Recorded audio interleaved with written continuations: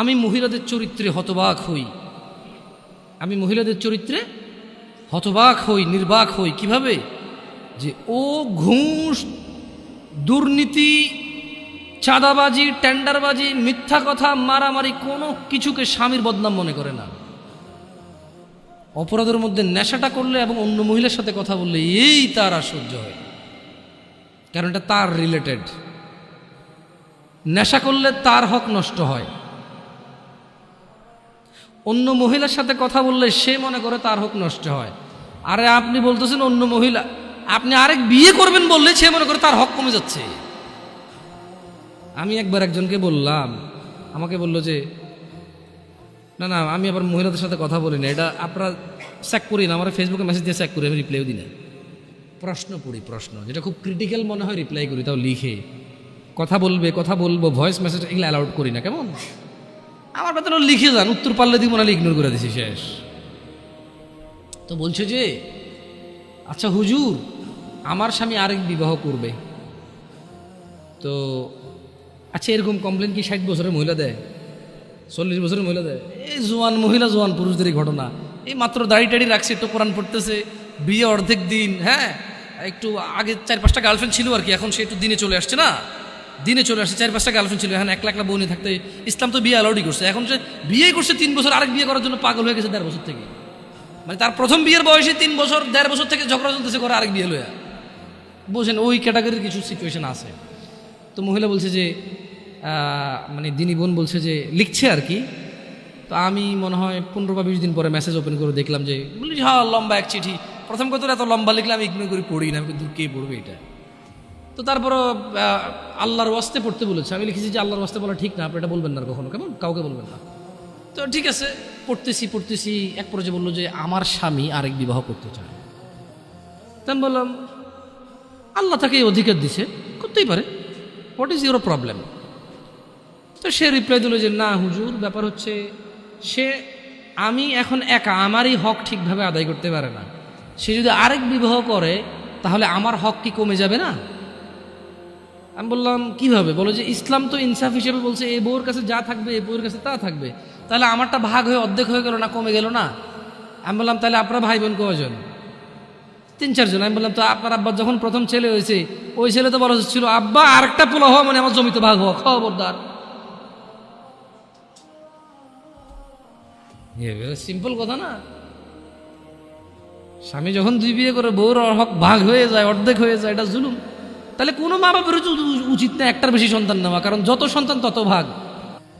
আমার ছোট ভাইকে দেখাইতে নিয়ে গেছি, 112 নম্বর সিরিয়াল চলতেছে আমার।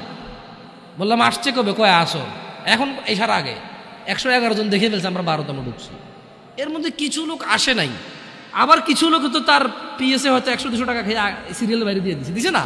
তো আমি এটা যোগ বিয়োগ ধরে মানে মাইনাসে প্লাস ধরে ফেলছি আর কি, বুঝছেন না?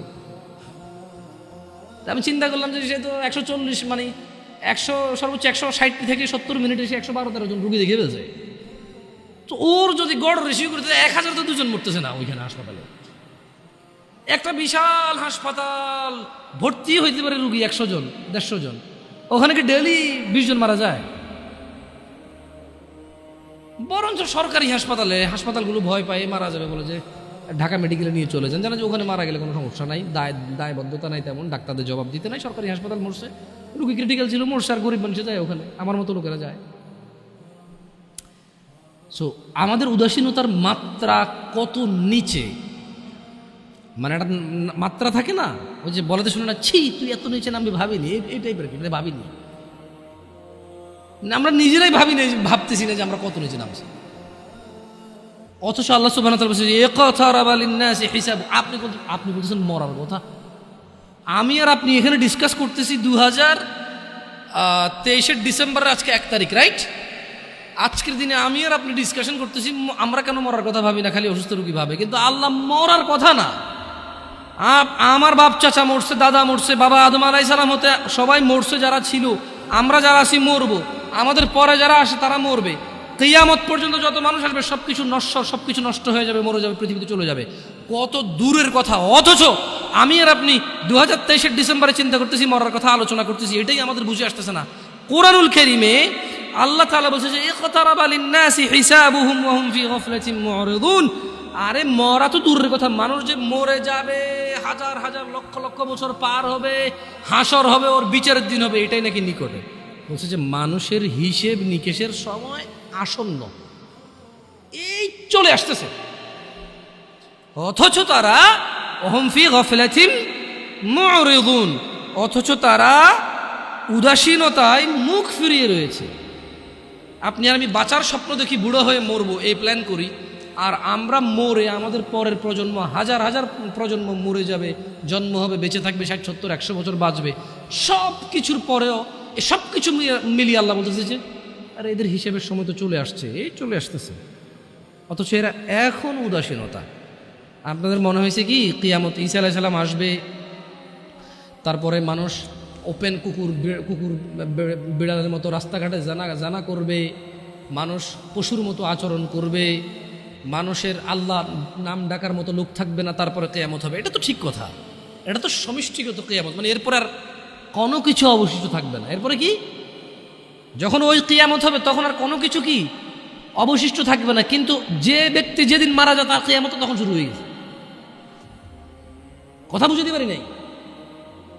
যে লোক মারা গেছে ও কি ওই ধ্বংস দেখবে?